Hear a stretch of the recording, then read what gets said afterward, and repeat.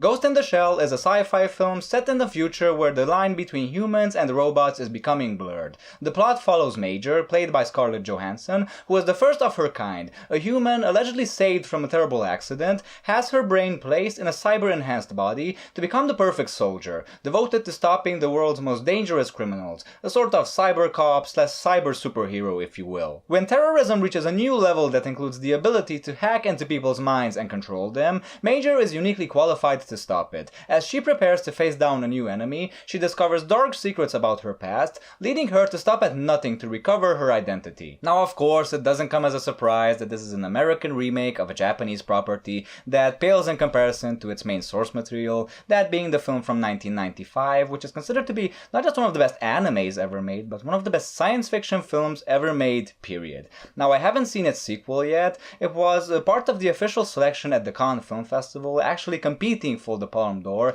and man, if this thing is on the same level as something like Persepolis or Waltz with Bashir, then goddammit, I can't wait to see this. Those are some of the best films I have ever seen in my life. The sequel has been criticized for a whole number of reasons. It is cited to be overly heavy on philosophical dialogue and thus hard to follow, and its ending has been described as weak and unmeaningful in the arc of character development. Well, the original one was kind of hard to follow for my dumbass as well, but nevertheless, it is a great example of how to blend philosophical ideas with a cyberpunk setting, serving as a major inspiration for such filmmakers as the Wachowskis when they were making the much more action-packed The Matrix. This new Ghost in the Shell's attempt at trying to not repeat the same mistakes made by the two Matrix sequels is equally as commendable as well as it is condemnable. You see, having philosophical dialogue in your film isn't necessarily a bad thing. The bad thing is when you overdo it and when it doesn't serve the narrative in any meaningful or insightful way, when it raises more questions than it can answer. I mean, those two Matrix sequels, man, they were, I think, like the biggest cocktease I could have ever imagined. It was like waving a bone in front of a dog, you know what I mean?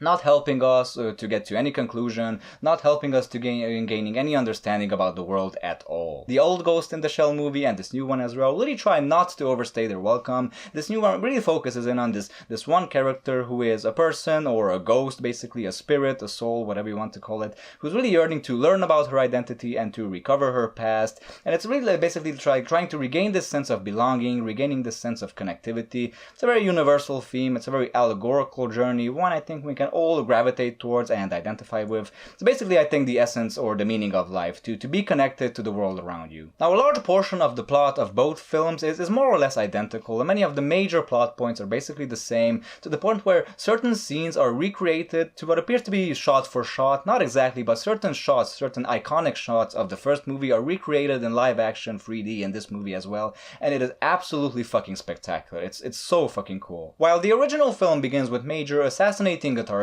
in this new one, she foils a terrorist attack on a business conference and learning that these events are directly connected to hacking being committed by a mysterious and unknown entity / perpetrator. Later on in both films, the villain takes control of two garbage men in an attempt to assassinate someone. Our heroes hunt them down and apprehend them, about whom they find out that both are only ghost-hacked individuals whose brains have been implanted with false memories and who have absolutely no clue about who the mysterious perpetrator is. Both films end with a battle with a giant spider tank and the merging of ghosts, in one more successful than in the other. But the films really start to deviate from this point on, the original focusing much more on a complex sequence of political intrigue and the cover-up as to the identity and goals of the perpetrator known as the Puppet Master, while the remake turns the plot on its head, revealing that the perpetrator known as Kuze is a failed test subject from the very same project that created Major. She in fact has been lied to. She is not the first of her kind. She is the 98th test subject, the only one to have survived, the only one who was successful. All the rest of them have died. A similar interaction takes place between Major and the Puppet Master in the original as well, but in a way I think that's much more meaningful. The Puppet Master says that it discovered that the essence of humanity is basically reproduction and mortality. It says that it considers itself to be a sentient being, it considers itself to be an intelligent life form and not an artificial intelligence. The Puppet Master basically discovers why the biological is superior to the mechanical and the cybernetic. It's basically because the biological gives rise to variety and originality. It's a survival mechanism that's based on degeneration and regeneration, where only genes remain, and like he says, it's a system that avoids the weaknesses of an unchanging system. This is basically like an immortal being wanting to become a mortal one. He wants to exist within a physical brain that will eventually die. And I think the message of that original film, that basically the meaning of life is death, life only makes sense if it eventually ends, I think is so much more powerful than what happens in this new film, in which basically Major discovers that she used to be the sort of rebel, the sort of anarchist who was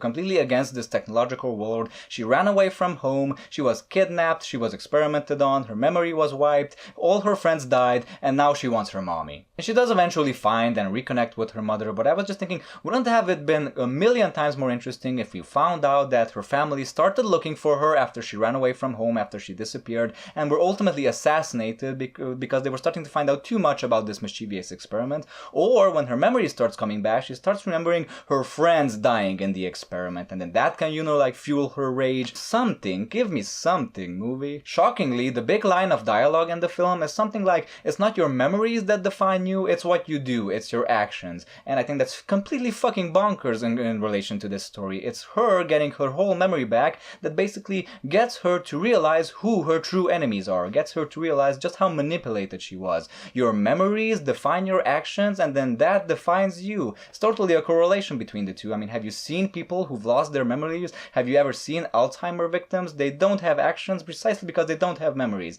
I mean, it was a terrible idea to base the movie on this line. It didn't really seem to make any sense to me. Now, I applaud them for trying to do something different, for trying to do something like to put their own spin on the plot, but what they did that was like new, what they added to the original material was just so melodramatic and so corny and quite illogical in my humble opinion. There's really nothing in this new film I would prefer over the original, despite the fact that visually it's quite inspired, it's actually breathtaking sometimes, it's a gorgeous movie to look at, despite the fact that it really doesn't try to copy the original, it's actually quite different enough, but still being quite faithful, but narratively it's very uninspired. I think they really didn't understand what made the original so fascinating. I think the essence of that original story was completely wiped away in an attempt to try to humanize this character where it really wasn't needed. I mean, the original character was so compelling precisely because she didn't have an identity, precisely because it was so easy for me to put myself into her skin or her shell, so to speak. What do you think about this franchise, Ghost in the Shell? What do you think about the films, about the series, about the manga? Have you seen it? Have you read it? Anything, I'm pretty unfamiliar with it. Like I've said, I've only seen the original movie from '95 and then this one. So if you're more familiar with it, if you have opinions,